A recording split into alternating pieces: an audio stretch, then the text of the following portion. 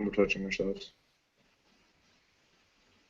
off the All air. right, we are live, and welcome everybody to the U.S. Masters post-tournament review part 2. I've already given my own personal review of the tournament, and I thought it would be good to gather some of the other people who are heavily involved with the tournament to give us their perspective. We have Jerry P., who's the national chairman and kind of the founder of the U.S. Masters, with us. We have John Bailey, the TO of the Alamo GT down in Texas, who served as the TO for the U.S. Masters. And we have Gurn, who was with us, by the way, for the first list review episode, and was the rules judge of the tournament, and is back with us. So thanks for being here, guys. Welcome. Thanks for having us. Um, so I don't know. It seems like the logical place to start would be before the tournament.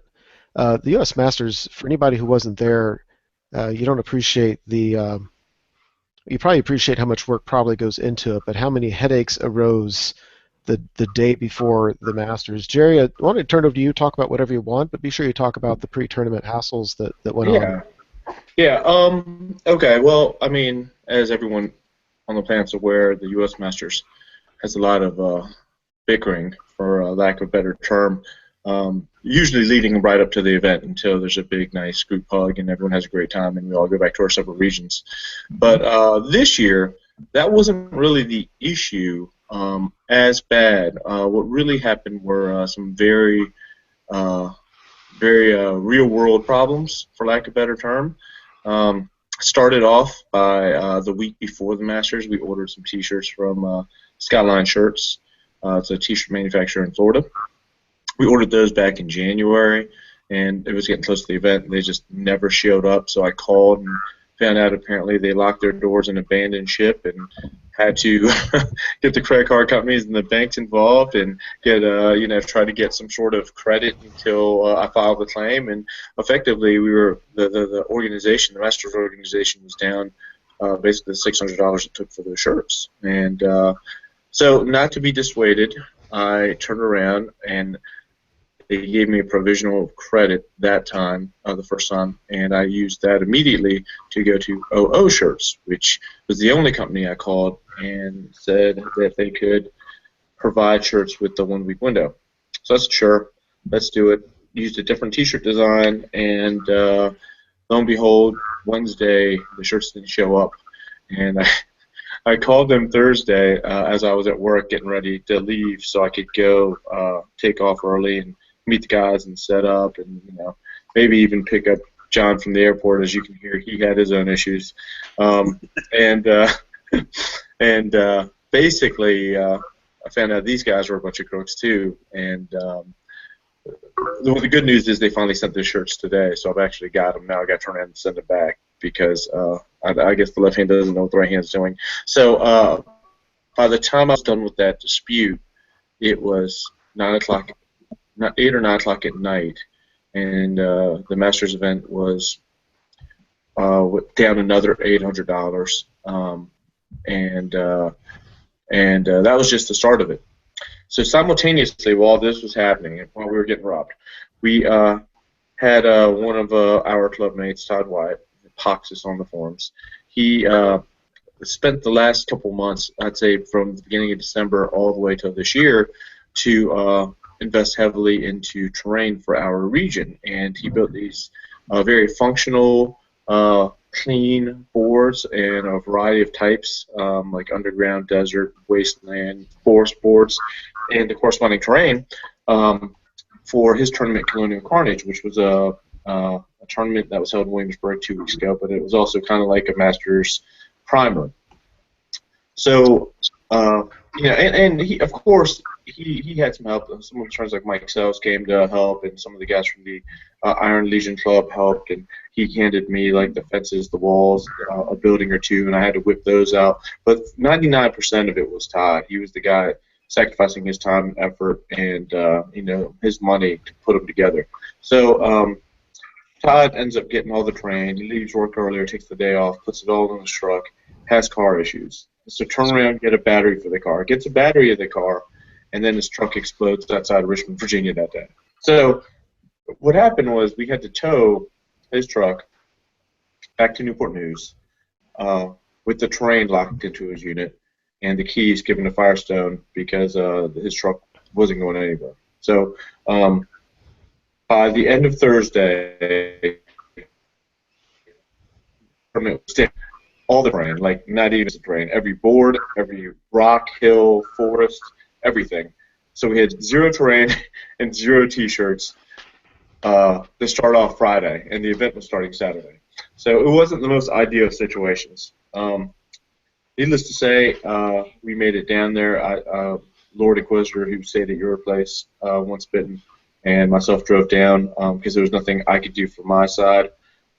Todd, he also lives in the Hampton Roads area. He was going to try to get a rental and move the train over, so that's what he did.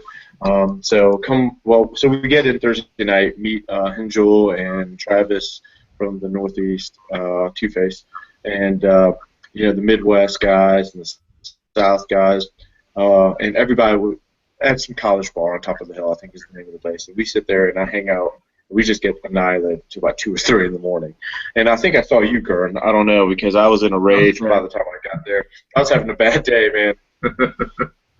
So we closed that freaking place down. So then the next day, Friday morning, we had to get on it. So despite getting to bed about 2:30, I got up probably about 7 a.m. to start making phone calls. I had to call the banks, any type of credit card company, everything, just to, A, because I'm concerned because, I'm the one who'd have to spit up the money, but B, because we still don't have any shirts. Fortunately, Todd came through and was trying to get a rental, looked at the rentals. They didn't look like they would fit. But across the street at like 7 a.m. at this place was a U-Haul. So he went up and rented a U-Haul and transferred, 40 enough terrain and tables for 80 people to play by himself into a U-Haul and started heading down. So that was huge on Todd's part because basically we needed it. We were back against the wall. The unfortunate part is, of course, he's had more money out of his own pocket. So not to be one-upped, I was on this mission to get shirts. So actually I was in the lobby making phone calls after some people were finished for breakfast because of a better internet connection. And then the Northeast guys started showing up. Everyone started getting in from the airplanes. And after a while, I did all I could do on the phone with the bank. And I finally found a T-shirt, or not a T-shirt company, but a digital press company that was willing to print out something, but we had to supply the shirts. So then the rat race really started. So I was like, okay. I think I got to the game store about 10:30, 11, and that's when I saw you, Gern. Mm-hmm. And when I saw you, basically, it was go time. We were in a position where I had to find some shirts. Don't really know where you buy 80 shirts of a variety of colors and sizes, but someone sent us to, what was that place we went? Do you remember? AC Moore. AC Moore, yeah, they don't have those where I'm from. So we went to AC Moore and started buying shirts, and it was a couple $100. We fortunately got a slight discount because you're a teacher. They said, hey, teacher or military, and neither one of us are military, so we got the T-shirts. Well, we got the T-shirts, and then we had to carry our butt to the digital printer, which was like 20 miles away, and the digital print shop was going to close at 5, so we had to get there as soon as we possibly could to get them the shirts so they could start printing right away. Now, the funny part is I didn't really get a hard quote from them until I got to this digital place. And after buying the T-shirts and after all this other stuff of the money I had to front, when I found out the price of these T-shirts, I was stopped cold in my tracks. I actually had to ask Gerd. I was like, Gerd, dude, that's a lot of freaking money, man, And I think you just told me, hey, we've come this far already, just buy the shirts and we'll figure it out. So that's basically what we did. The disaster was averted. In the meantime, Todd had gotten in town with all the terrain, and they start setting it up. And by 1 o'clock in the afternoon, we were back at the game shop. T-shirts were going to be ready in the evening, and the matches could go on. But that would lead us right into the first of about 4 o'clock. We had something called the play-in event, and I guess John, you watched some of these games, and you're the head TO, so do you want to go into the play-in and what that was about?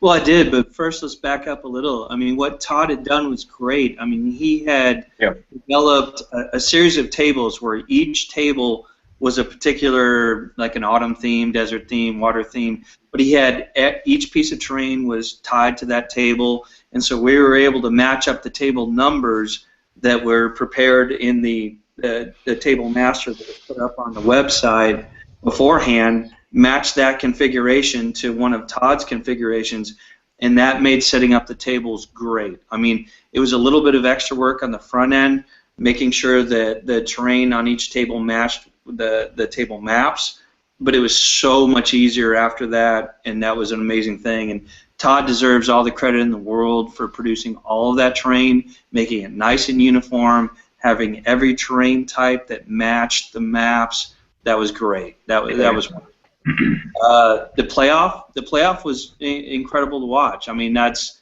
yeah, those. I mean, we're going to talk about Ryan Capps, I think, a few times during this podcast, but that was a great thing. I mean, everybody was gathered around. It was great entertainment on a Friday night pre-tournament to watch. Three great guys try to play in. I mean, that was fun. What do you think, Garen? I honestly, over the course of the weekend, tried to stay away from watching any game where I had any kind of emotional stake in it too closely, because I was trying to stay impartial. In that first game, I was kind of rooting for not Ryan Capps, so I just kind of stayed away. I was actually playing Minute Run at that time, so I don't have too many thoughts on it. Well, I do have a thought on it. I would say my prediction was correct. It's fair. Yeah, couldn't be stopped. I mean, I only made one prediction for the Masters episodes. It was right. Unlike I don't know if everyone saw the thread that Once Bitten put up where everyone's the experts shot down left, right, and center. It was like a mobster fucking movie. But I was betting 1,000 by the end of the weekend. Maybe not on the table, but on predictions. Oh, South saw those. I tell you. My percentage was not so high as what I saw, but I'll live with it. I'm cool with it. Yeah. All right. Okay, so I guess so Friday night, I guess what happened was Ryan played against your clubmate Jake DiBattista, who came in after Once Bitten. Once Bitten was supposed to play George, but George got the bye because Once Bitten took the spot of Travis Wayfor. Now, Gurn, would you like to talk about this Batman villain? Sure. So Travis is a guy who plays with me on a regular basis, so I feel like I can talk about this. So Travis's deal was that he was 11th in the Northeast coming in, I believe, and so he actually, so he didn't make it in, and so he qualified for the Mid-Atlantic Masters qualifier that happened in December. So he and Jacob and I actually traveled down for that because the three of us were in as well. And he ended up coming 5th in there, and I ended up coming in 6th. So he made it in the Mid-Atlantic. But I will note he was, in fact, looking for the Northeast spot the entire time for the immunity. So I believe Matt Cassidy dropped about 3 days before the event, maybe just 2 days. And as soon as that was announced, he said, I absolutely want that spot. And I believe there was maybe a little bit of resistance, but there was, the precedence was there. So he ended up taking that spot for better for worse. And so at that point, I'd already said that I was definitely in for the rules judge, which I think was the right call. So I'm glad. You stick to your commitments, basically, is what you're saying. I mean, not everybody can do that. I know it's just inherently some people are raised the wrong way, but yeah, I mean, you did the right thing, I would say. Good job, Kern. Fair enough. Yeah, good job. Yeah, it's okay. It happens. Yeah, I can't say it would happen to any 4 of us, but I mean, I know it happens. Well, yeah, and I've said this on the forums too, and I think going forward, if you volunteer to be a TO, a judge to help out at Masters, try to understand you're not going to play. I mean, that's your commitment. You're committing to making that event happen. And don't leave your regional guys in the lurch. That's my own personal request to people going forward. Yeah. Because I mean, poor Jerry was left with, you know, he had to rely on me from how many states away to come in. You were always going to be the.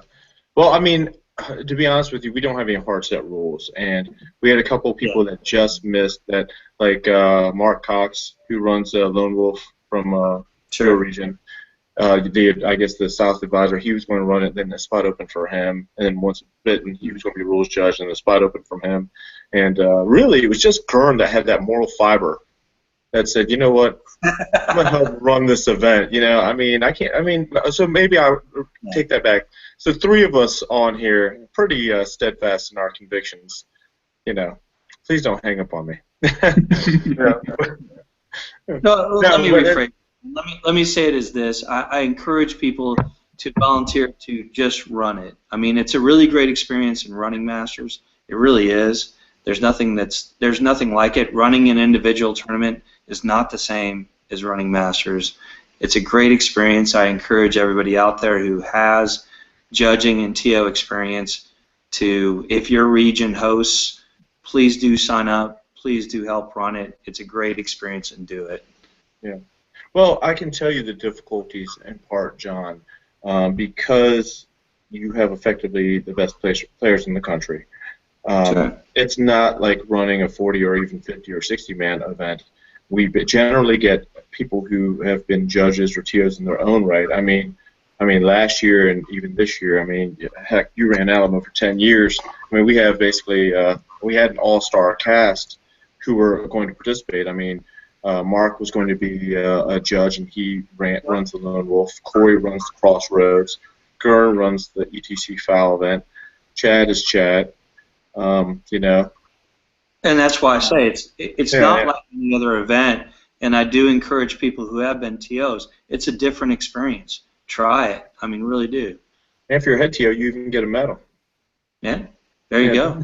There's only 2 of those out now. Yeah. So I guess for lack of a better term, I guess with Travis doing the last minute spot that brought Once Bitten in, and I guess you can Once Bitten. I hear you did all right, man. What? Hello? Can you hear us? I'm not sure he can. For some reason, it sounds like the sound's muted at the moment.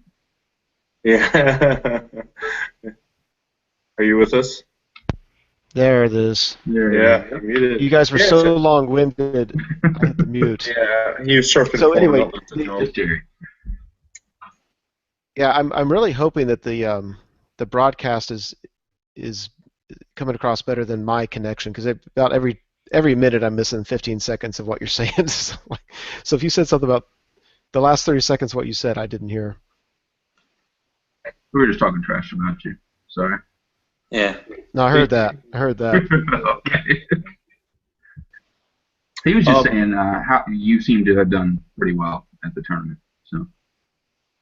Well, everything's relative. I certainly did better than a certain Chaos Dwarf player. So there's that. Those Chaos Dwarf guys sucked. I was carrying that team. I was there by myself. It was like a human wave attack against all the Warriors of Chaos players. Yeah, I felt like the Iranians. It didn't work out. Yeah. Persians, Iranians, tall hats, ziggurats. Yeah. So let me redirect it a little bit, because my people on my channel, they've already heard about whatever I'm going to report now. But I'd like let's go back to the play-in event and somebody talk about Ryan and just kind of what he did at the Masters. Yeah. Well, I guess I could, unless John, unless you want to take this one. I know Ryan was undefeated in the play-in event, dispatching both. He eliminated 2 people and was going into round 3 before anyone else was going into round 1. So 2 people just got das Boot, and they were out. And then, to my knowledge, he was undefeated for day 1. Yeah, no, apparently he lost to one of my guys in day 1. It wasn't. Yeah. See, I was too far from the top tables. I was like kind of in the cellar, so I didn't exactly see what happened. But I mean, I think I did see him on as far as table 2 or something. Or maybe that He was way up there. Yeah, I want to say he was on table 5, round 4, or something like that. I don't remember exactly what happened. Luck may have not held out quite as far in the last few games, but he was definitely way up there at the end of day 1. Yeah. But yeah, oh my God, talk about an endurance contest. Holy cow, a guy plays 2 games on Friday, comes in, plays a full slate of 4 on Saturday. Holy cow. And just before he was over, yeah. Yeah. I mean, hats off to him. Yeah. I mean, I've never seen a guy run a gauntlet like that in any tournament ever. And that's a tough road to hoe. Yeah, not to mention it's the toughest room that you'll run into. And after those 4 games on Saturday, you still have 2 more on Sunday. Yeah. Yeah. And he won 1 out of the 2 on Sunday, so. Yeah. Yeah, he didn't. I mean, he ended up mid-pack, but yeah, for a while he was dancing around there at the top tables, which I thought was pretty cool. You know, for somebody that in theory wasn't supposed to be there last minute, you know, whatever. I think it went to show that there's a lot of parity in the room and in people who among people who are borderline being able to attend. Yeah. So. Gurn, did you want to discuss some of? Hey, so I'd like to hear Gurn talk about just his perspective as a rules judge. Sure. You know, wandering around the tournament. Yeah, so there was actually so it was interesting. I had kind of a set of expectations coming in of that there would be some hard questions, and so my attitude going in was I'm going to watch as few games as possible. I'm just going to kind of wander the room, and especially try not to watch games of guys that I know personally too closely, and just kind of monitor things. And you know, I had a certain volume of questions that I was expecting. I read through the facts several times. Although I will acknowledge something here. I didn't actually get around to printing out the pack because I had a tough day at work on Thursday. I just forgot to do it. And Chris Powell from the Pacific Northwest actually brought me a copy, a nice bound copy of the pack that I was using over the weekend. So I just want to give a shout out to him because that was awesome. Unlike my unbound copy. It was nice. But yeah, round 1, not really much in the way of questions. There were a few questions that I knew the answer right away. The only question that came up round 1 that I really was like, it's a good question. I've never seen this situation come up before. Is actually a clubmate of mine, Jacob Brandon, and I actually drew a little picture here of the situation. So the situation is you've got a Distillodon fleeing through a skink cloud. And it's fleeing into the back of it, so there's lots of angles there. There's not very much space, and it's fleeing from a unit of 3 Vargeists. And the question was, can the Vargeist land and catch the fleeing Distillodon? And then at that point, if it can, what do you do from there? So I kind of drew this. Let me see if this comes through very well. Is that coming through at all? Yeah. Yeah. All right, cool. Yeah, absolutely. So I marked the landing zone there. So the Vargeist could land, but you'll kind of notice that it violates the 1-inch rule in like 4 different places. And you can't actually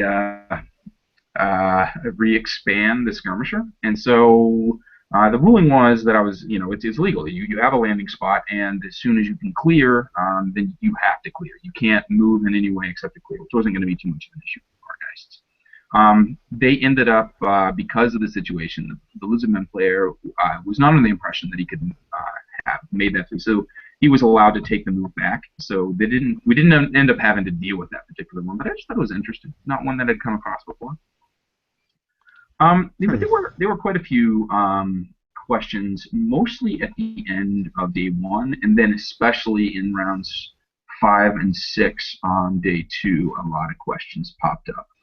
So I wanted to mention a few of them that I feel pretty confident. There were only 2 times that I feel like I messed up a ruling, and I'll acknowledge both of those, and both of them I feel are fairly inconsequential in the grand scheme of things. But the most controversial one of the weekend, in my opinion, was that using the general's leadership is optional according to the Games Workshop FAQ. It says it erratas the words to say that the general's the inspiring presence may be used. It does not have to be used instead of the leadership. And I think that the intention there, getting into intent, I guess, is that you have something like a giant in an orc and goblin army, and the way the basic rulebook reads is that you have to use the general's leadership if it's in range, even if it's lower. It doesn't specify lower or higher, and so yeah, so you've got that, and the reason this situation popped up twice. I do not know how it was utilized the first time. But the second time that it popped up, the way that the rule was utilized was a Night Goblin unit was in combat with the Star Dragon, and the Orc and Goblin player chose to allow the Night Goblin unit to not use the General's leadership. So the second question there came, is the BSB then optional? And there is no such wording for the BSB, so it is not optional. But both leadership tests were failed. So the Night Goblin unit fled, which opened up the Star Dragon to charges, I believe, from the Savage Orc Plus. So when you're on the receiving end of that, that's not going to be the most pleasant one to see, and I can totally understand why somebody would have an issue with the way that that's interpreted, like with the way that's written. Should that be the way it's played? But this was the nice thing about having a fact that I, in fact, did not. I did not write it. Was that I felt like I could interpret that as it's written. Like that's exactly how it's written, and that may be something to address in the fact committee for next year. I don't really have super strong feelings about it, but if I hadn't known that's the way it played coming in, I could certainly see being upset about that. But yeah, I felt like that was the correct way to interpret it. If I could jump in there for a second, sure. On those two rulings, Gern and I talked about that extensively, and we looked at the rules very carefully to make sure whether they said that for the BSB and for the general, whether for the BSB, whether the reroll, whether there was a may or a can, or whether it just said it's re-rolled. And the language is very clear that it's just re-rolled.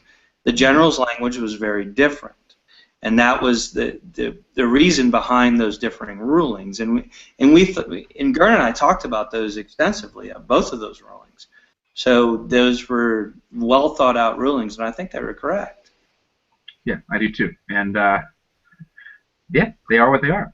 The next one I wanted to mention was another one that we had several conversations. Every time somebody brought me over to ask me about this, we just got a discussion where, the ruling was one thing, how I personally felt about it is a different one. But this was taking an archer unit that is, let's say 5 wide, and with 11 models would be how this would work, and setting the front rank on the back of a hill, and setting the back rank plus an extra model off the back of the hill. The front rank is where you draw a line of sight for firing, so everybody in the unit gets to shoot if it's a high elf unit. And because you can only see less than half the unit, they actually receive hard cover in return, which feels like an abuse of the rules, but as written, that is actually correct. And that's probably something that if we use the infinitely tall hills again should be addressed. Or maybe it's intentional. As long as everybody knows about it, I suppose it's okay. But yeah, the ones who found out about that mid-game, not so happy about it. And understandably so. That was the way that it was written. Yeah, those are the big ones. Yeah. That's tough, though, because it's hard enough to get people to read the rules pack, much less even if you addressed rules like that. I mean, everything you explained are rules that I've heard before, interpretations that I've heard before. So it's not like there was something new at the Masters. So even if it was addressed in our own FAQ, I think people are still going to be hearing about it mid-game because they're not going to. I think a lot of people still read it. Well, I want to make a few other observations. The number of rules calls that I actually got were very low compared to what I was expecting. Table 1, I had a total of 3 rules calls. 1 at the very beginning of Game 1 about deployment, and 2 towards the end of Game 6 when it was getting a little tense, and I think there was trying to maybe interpret in one way or another to get an advantage, and I understand how that happens, but those I felt pretty confident on when ruling. But I think that's pretty notable to only have 3 rules calls at all on table 1 for the entire tournament. It's pretty decent, and that was pretty indicative of the top, let's say, 10 tables. There were not a lot of rules calls off the top 10 tables. People either resolved the issues themselves, or they just didn't have the questions in the first place. Yeah, and if I can follow on Gern there, and maybe we don't have Keith Bonneau here to back me up on this, and his impression may be different, but my impression was that there were far fewer rules questions or calls for rules judges this year than there was last year. And I was a rules judge last year. So. Yeah, so the other 2 things that I wanted to mention, I just feel like to mention them because, just for my own peace of mind, I did have 2 incorrect rulings that I want to acknowledge. I told the players, and I've even bought one of them here, so Soul Feeder does in fact go off whenever the wounds are done, which I ruled they did it at the end of the phase. I think it didn't much matter in the game. It was on the bottom table, and he was having a good time anyway. And the other one is related to the BSB issue, is that demonic instability tests are actually different than BSB tests. And there is a GW fact that says you can choose not to re-roll a demonic instability test. And I missed that one. I told him that he had to re-roll it because I looked under the BSB. He re-rolled it and got a better result, so I guess I'm not too upset about it. But I did catch that later on when he was asking again. So that's really what I had from the weekend. I thought it went pretty well as far as those things go. Most of the rules questions, people were cool. That's how it's played. We're okay with that. And I got very little to no attitude from anybody who was there. So it was pleasant to feel. Yeah, well, on the receiving end of needing a rules judge, I was really impressed. I think I needed 2 rules questions from you during the tournament, and both times you were wandering around, and you were easy to find, and your ruling took 10 seconds, 15 seconds. It was great. I was very impressed with how you did. So, well, John, what do you think from your perspective as the tournament organizer? Any thoughts about the tournament? Yeah, well, because I have the privilege of having been a rules judge last year and kind of seen how the organization side went last year. Last year was a great learning experience, and I think this year showed. Everything went off, even with all of the troubles, the incredible troubles that Jerry had and Todd had. Everything went off even smoother than last year. I mean, we kind of already knew what was going to happen, when it needed to happen. Everything happened in the order that it needed to happen. The regions were all very cooperative. Everybody was very cooperative. Even the new regions that had never been there before, they were really great. Speaking as a TO, very helpful. I think when things went really well, the store was incredibly helpful. I mean, normally your venue isn't really doing anything for you. And in this case, we had the venue, they provided us a scorekeeper. Awesome, because Bill Robertson couldn't make it. So Shane from the venue stepped up. I thought everything went as well as it possibly could go, really. Yeah, I think the only thing we were slow on was getting started. We were behind schedule day 1. I think that's a product of a lot of guys coming in, having never played 4 games in a day, not used to starting quite so early, and then we had to get the team photos and the team T-shirts distributed early. So, and then again, the venue, although the venue was awesome, there were certain tables that couldn't be set up because they had Magic the night before, so we couldn't set up certain tables until first thing that morning, and that kind of set things a little bit back, and that's nobody's particular fault. It was what it was. But as I kept pushing, and if any players felt like I was pushing them too much on time, I apologize, but I was pushing to keep that schedule back to what it originally was, and we got pretty close. And I'll note that if I seem pushy at the table, pushing the time, that was because I was doing that to everybody, treating everybody the same. If you were not done by 30 minutes till, I was coming to ask for you. Exactly. So don't take it personally. Yeah, we both were, and it didn't. It didn't have anything to do with anybody other than trying to be completely fair, trying to keep people to time, but understanding that games run over. They do, and we let if it was bottom of 6 and somebody was rolling their combat rolls for the last round, yeah, that's okay. I mean, that's not a big deal. But, nobody. I think. Go ahead. I saw somebody on the Wargamers USA forum addressed the time issue, and I hadn't really thought about it, but it's really true. I think a lot of times people struggle to get the game finished in time. I know I have in tournaments past, but I think when you have more and more armies that are MSU or that have like a bunch of flying characters going around, or just a bunch of characters, so you get into combats and there's all these making way and where do you make way and allocated attacks and who's going to attack whom, and these things can just, without people slow playing, can really take a lot of time. I would be I've never understood the issue of why people want to finish at a certain time that night when they're going to be up for the next 6 hours anyway drinking. I'd rather just say let the games last another 15 to 30 minutes, have longer breaks, distribute Snickers bars at dinner time if you need to. In a one-off GT, I kind of agree with you, but in a competition like this, on this level, to me, where you've got other groups of players who are really conscientiously pushing their play to make sure that they get done on time, yeah, I mean, I think you really need to finish at or very close to time. I mean, here's how you handle that. Is if we decide that the style of play and all of the factors that you just mentioned are significant, then we vote and we go to 3-hour games, or we do something like that. And I think Keith Bonneau or somebody else threw that out as a suggestion on the boards, and that's fine. But if we do that, we do that. But it needs to be. The point is, it has to be the same for everybody.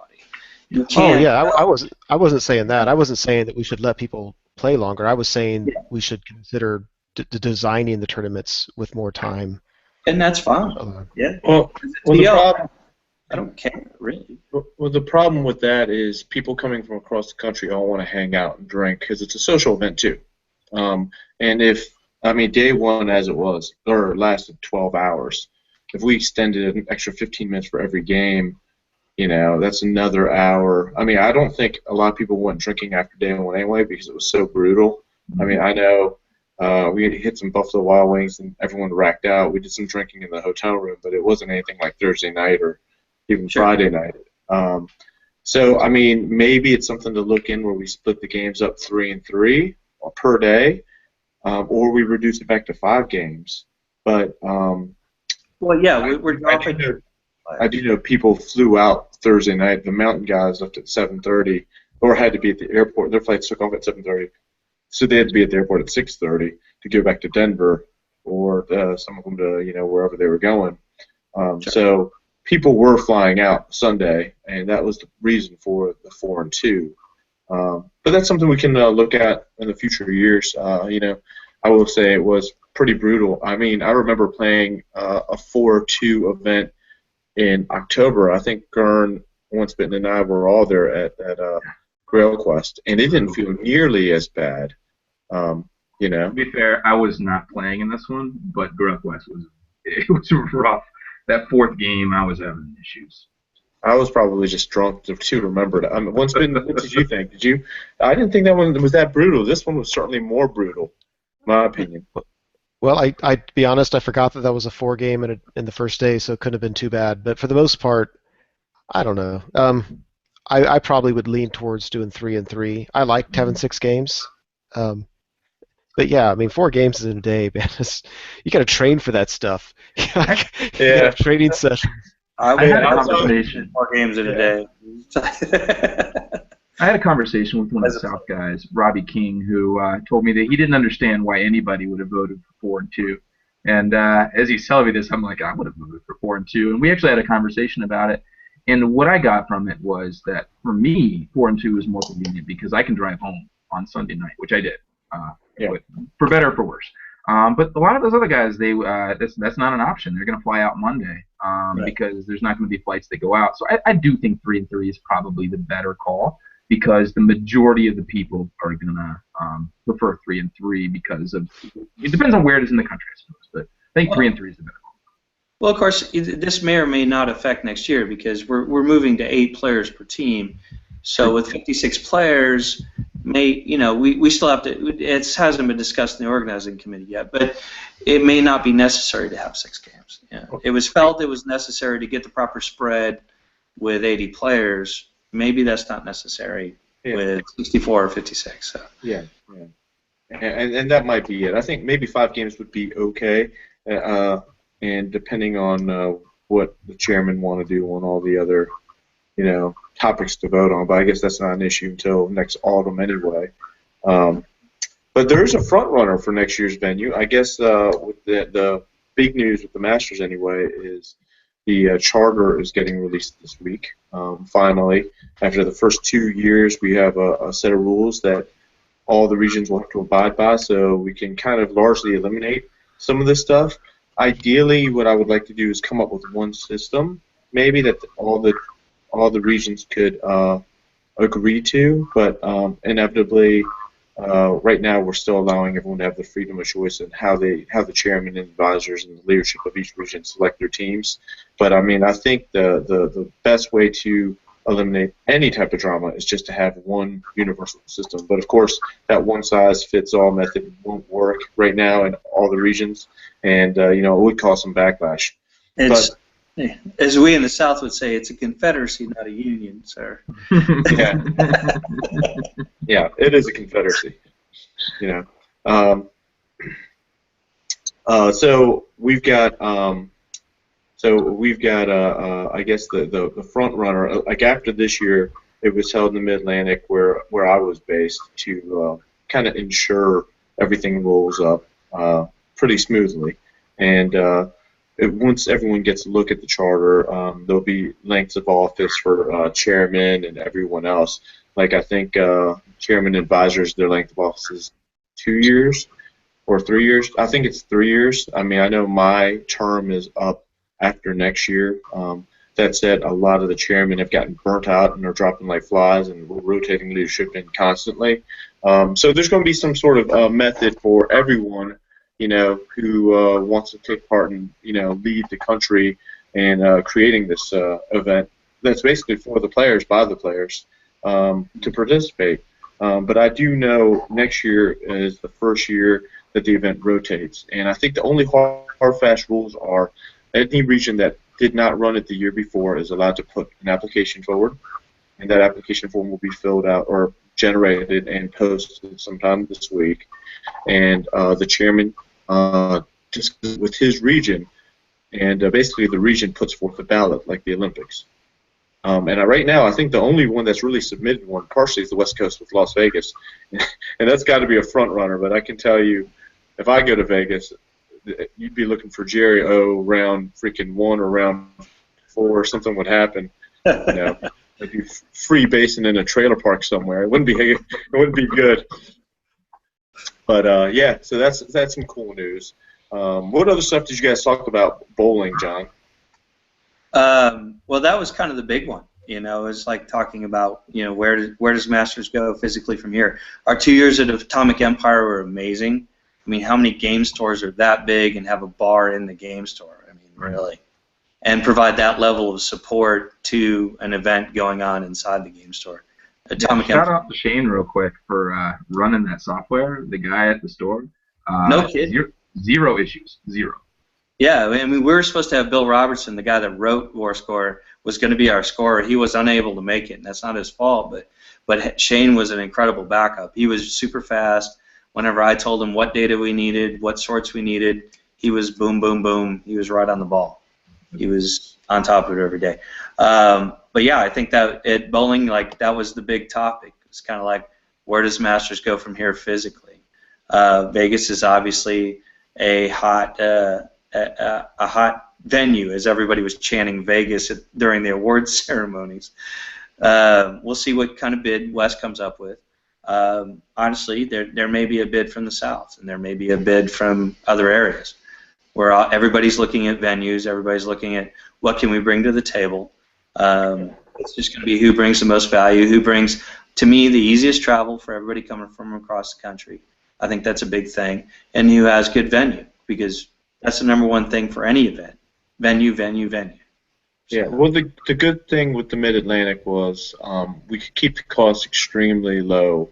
Now, in hindsight, of course, being that it was only the first 2 years, and it was a learning process, and ideally, next time, by this time next year, we will have a pattern, and heck, by year 5, this thing's going to be just like automated. But I guess there's a movement for, I mean, roughly it cost the players about $35 a pop, Right. basically because we didn't have to pay. We had a venue that was basically a game store that could convert any of the excess money into prize support after trophies and stuff like that. So cost and how much each region can send value for your money will be one. But even now, in hindsight, being a large part of the Mid-Atlantic leadership in setting up this event, heck, if we had just I wanted the T-shirts. No one really thought about in the first year until I came up with the idea, just because I wanted more of like, the regional award gives all the players in the region something to play for, even if they're getting smashed. Because let's face it, there's a lot of ego out there. A lot of these guys are best generals and have won overalls in their own right, and they're not used to losing 4 games in a tournament like myself. I mean, you got to swallow a bitter pill. But if you think you're helping out your guys, that gives you something to play for. So I kind of want T-shirts to kind of reflect that and become a talking point. And that's why I tried so hard to get the T-shirts this time. But, I mean, if we do a motion where we can save on cost by letting the regions provide their own T-shirts, that would be cool. I would still want every region to have one, in their regional colors. But, I mean, I guess that's the risk. We run the risk of some people just not showing up with T-shirts or whatever. But, I mean, we can push that cost off and, maybe issue dice. I guess, I don't know. I mean, I know, Gern, you talked to some people about possibly having Masters dice for the future years, and that's one way we can get those dice. What do you think? Yeah, I think a set of dice is always nice, and it always it also kind of eliminates any issues about complaining about dice if that was ever an issue by having a consistent set on every table. So yeah, my dice, for example, were cursed. I'll complain about I mean, yeah, it happens, Yeah. I think it's an excellent plan. You should definitely consider that in the future. I would. That's something that I would like to take home because you add it to the pile. You use a different set for every tournament. And it's a take-home. Like, like we would be replacing. See, everyone would get their T-shirts and a host of stuff, and that's kind of nice because you get to take the T-shirt home, and you get just something you get to come back with.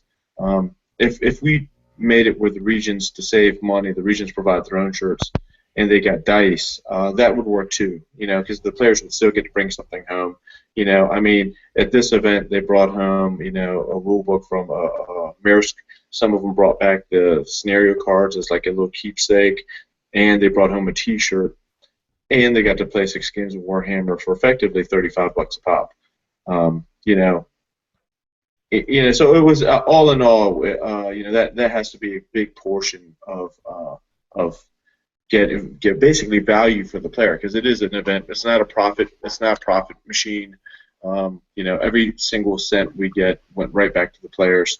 And even though we forgot about the raffle, and John and I were literally picking stuff off the shelves to spend the money like 5 minutes before the award ceremony, it worked, right?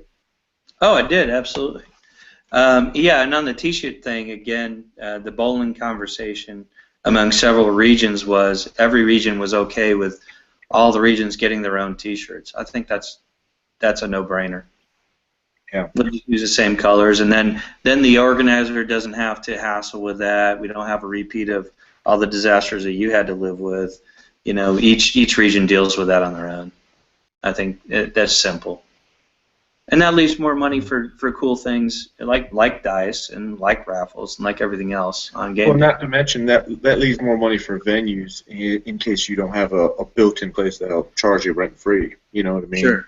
I can't. I mean, we've been running in the Mid-Atlantic, and Gurn's having this issue now with the foul event.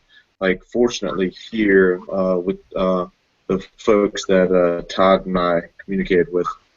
I guess that he runs it in a historic con, and it let us, as long as we have people who buy weekend badges, which are like, just a handful of bucks, it makes the event very affordable. So he can keep the price of the event down to $20-30 plus the entry fee. Because at the end of the day, like we said earlier, Todd is out all that money for the train. He won't see that back. You know what I mean? Right. So we can keep costs down there, and then Atomic doesn't charge 1 cent. Just as long as people are in there buying beer, they make their money. Right. Dice, whatever. So I mean that'll be a big portion, a big part of hopefully moving forward. I mean, I don't know. Maybe after Vegas, or maybe even before Vegas, there'll be other venues that have those type of those qualities that we're looking for. Which would be cool. Well, yeah, absolutely. Those who are thinking about putting in bids should be talking to venues that will give them significant discounts based on probably hotel stays, like hotel rooms sold, that kind of thing. Because, of course, everybody flying in, it'd be great if everybody from all the regions were staying in the same hotel and could mix and mingle, have that social aspect outside the games, and that's how you're going to get a venue for a reasonable price. Yeah, true enough. Hey, let's shift back to the tournament that just happened just a little bit. I'm wondering if we could kind of wrap up by talking about how did armies do, or do you have any surprises about how armies or regions or players or whatever, but the performance of the armies in the Swedish comp tournament? Yeah, I got some observations. I was actually looking at various things, hoping to dispel some ideas that I had coming in, and I noticed, I think it was round 4, that every single dwarf army was on the top 12 tables, which I was a little bit disappointed in. I was really hoping they'd do a little worse, and they didn't. Dwarves were excellent for the tournament. One variety of dwarves did worse. Right. Yeah. At the same time, I wasn't going to mention that, but since you brought it up, the Chaos Dwarves were definitely in the bottom half for the most part. Those guys let me down. I tried to carry the team on my back. Yeah, I thought it was a nice variety of armies at the top tables. It wasn't, in the Mid-Atlantic we see sometimes proliferation of things like Warriors of Chaos. You see, lots of them on the top tables where you just have the same army playing against each other on the top tables. And that really wasn't the case. Orcs did seem to do fairly well represented. Obviously Tomb Kings were on the top table for a little bit. The High Elves did well, but there were several different variants of High Elves that did well, which I think is a testament to both the High Elf book and the Swedish doing an okay job with the comp. Empire was up there. The variety was there. It wasn't like every single army was represented, because I don't think there was a single Beastman army, and it seemed like the Wood Elves were not doing quite as well this tournament either. But for the most part, it was a nice variety at the top.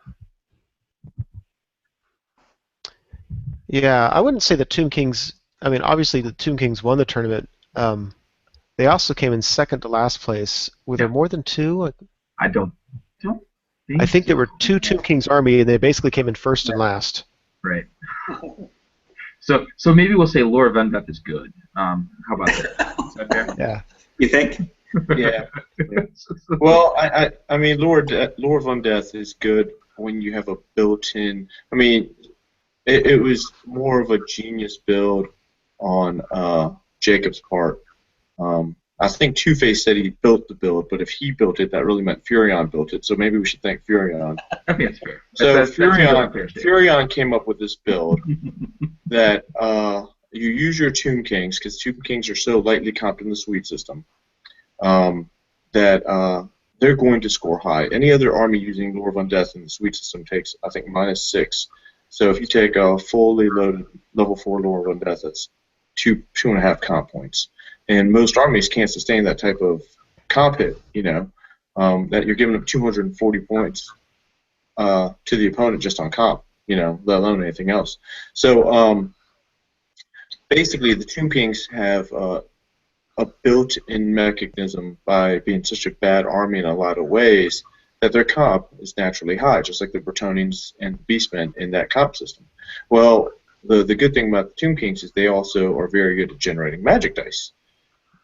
So between the list as I saw it is Jacob, he took the elements of the Tomb King army that could work, basically the shooting elements that keep chaff off them. He took a giant bunker, which can slaughter stuff if need be, and he took basically the shooting elements and any other elements that would create magic or chaff stuff up. And then basically start summoning level 1 necromancers with power stones and using the VC book to actually win the games. So effectively it was like a switchblade type list. Now, I don't know if he would have done as well if he played a hyper aggressive list. I was looking at his list of opponents, and I don't think he ran into anything with like multiple. I mean, there was a couple lists with just a lot of flying characters that maybe could have engaged, but it looks like some things got stuck. And of course, I couldn't see his games because I was getting my butt kicked.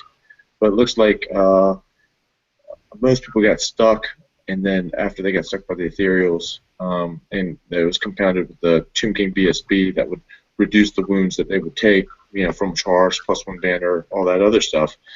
They would get screamed to death by Terrorgeist. Like the finishing move would come out. It was like Mortal Kombat. And effectively, it's almost like a VC Scream list, but built from Tomb Kings to take advantage of the comp. I mean, he's your clubmate, Kern. Does that sound accurate to you? So I didn't play test it. So the gist that I got was that the way to deal with it is either run it down really early and kill that level 4 on death, or don't engage. Yeah, that's what I mean. The hyper, like for example, I played nothing but hyper aggressive lists, which the Chaos Dwarves do horrific against because I never won first turn. So it was like first turn, second turn we're charging you, and you're like, crap, you all flies. I can't even redirect some of this stuff. But I mean, I was talking to Jacob a little bit on text today, and I was wondering how he would deal with that because I didn't see any of his games. Yeah, I'm not 100%. I just know that in hindsight, several of his opponents were like, maybe we should not have engaged because that wasn't the game plan. The other thing I think about Undeath is that it's extremely flexible. Like, you're not committed to screams. You've got several options there. You can summon casters. You can go get level 1 death mages to spirit leech things out, or Skaven or something. It's very flexible, and Terrorgeists are really good, turns out, if you can summon them on turn 4, 5, or 6 where they have not been cannoned off early. Yeah, so I don't really feel like I'm too super qualified to talk about it past that because I didn't actually watch any of the games. I was just listening to other people's comments. Yeah. Well, from my bias point of view, of course, I was looking at how the Bretonnians do, and I usually say the Bretonnians do well under Swedish comp, but they really didn't do well at this tournament at all. Let's see, I was the top at 15th, but then there was 33rd place, 55th, 64th, 72nd, and 73rd. Yeah. Well, I stopped for you. I was going to say Justin Beluzik from South. He usually plays Bretonnians all the time in our region and wins tournaments with Bretonnians, but he decided to go ogres for Masters because of how he saw Swede treated ogres versus Bretonnians. So I mean, for whatever that's worth. And that ended up pretty good for him. So, him and Chris. It's interesting. I did not perceive the ogre comp as being light before this. I still don't think it's light. I just think it's not light. That came through. Yeah, they just felt it was better than. Well, Justin felt it was better than how Bretonnians were treated.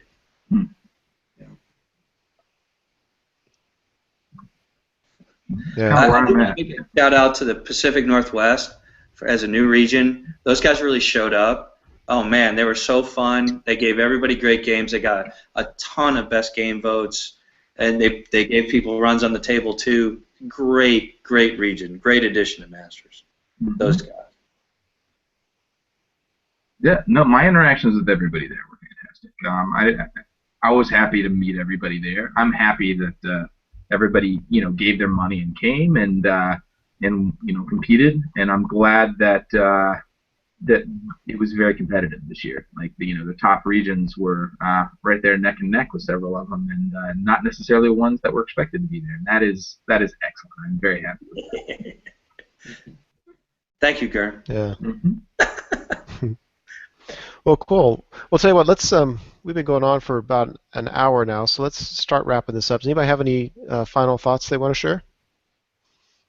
I'll go first. I just wanted to say thanks for everybody for coming out. In all seriousness, part of running this is because I want this event to keep going, and I want to make sure that when I'm ready to compete, that this is still there, and I want to be a part of this, and I'm glad that everybody came. Most people came in with an awesome attitude, and it was competitive. I hope that it moves to more central locations so that as many people around the U.S.